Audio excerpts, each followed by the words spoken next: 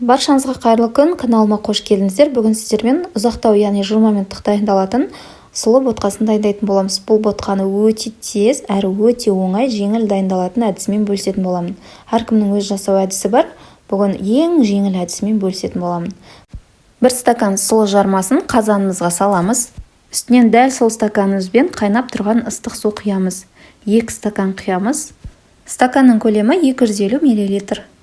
Дәл солай екінші стаканымызды қайнап тұрған ыстық сумен толтырып құямыз. Яғни 1 стаканға 2 стакан қайнап тұрған ыстық суымызды, құйып аламыз.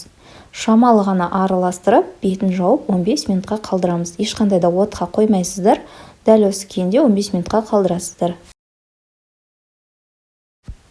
15 минут өткеннен кейін қазанымыздың қақпағын ашамыз. Байқасаңыздар, біздің сұлымыз едәуір көлемі ұлғайып, жартылай пісіңкіреп шықты. Енді үстінен қолдың немесе дүкеннің салқын сүтін құямыз. Ешқандай да пісіріп, қайнатып жатудың қажеті жоқ. Бірден осы салқын сүтімізді құямыз. Жақсылап араластырамыз. Газ отымызға қойып, араластыра отырып, 5 минут көлемінде пісіріп аламыз. Міндетті түрде араластырып отырыңыздар.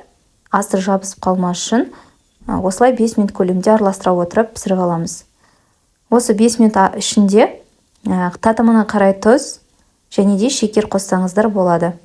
Сонымен қатар сары май қосыңыздар, дәмі ерекше болатын болады. Мен дәл осы порцияға жарты шай қасық тұз және де 1 ас қасық шекер, сонымен қатар шамалы ғана сары май салдым.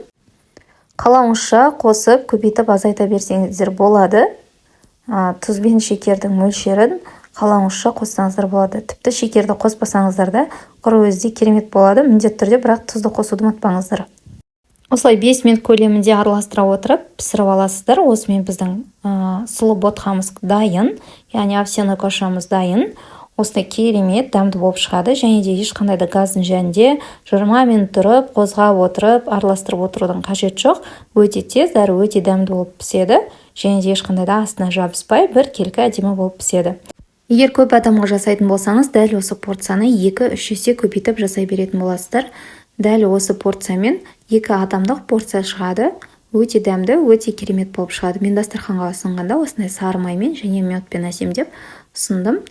Достар, менің каналымнан басқа да қызықты рецептерді көре аласыздар. Каналға өтіп көрсеңіздер болады. Егер де менің каналыма тіркелмеген болсаңыздар, міндетті түрде тіркеліп, каналымның дамуына үлес қосып кетсеңіздер екен деймін. Алдағы уақытта сіздер үшін керемет рецептермен бөлісіп отыратын боламын. Видеоның соңына дейін көргендеріңіз үшін рахмет. Сіздермен болған арайлым.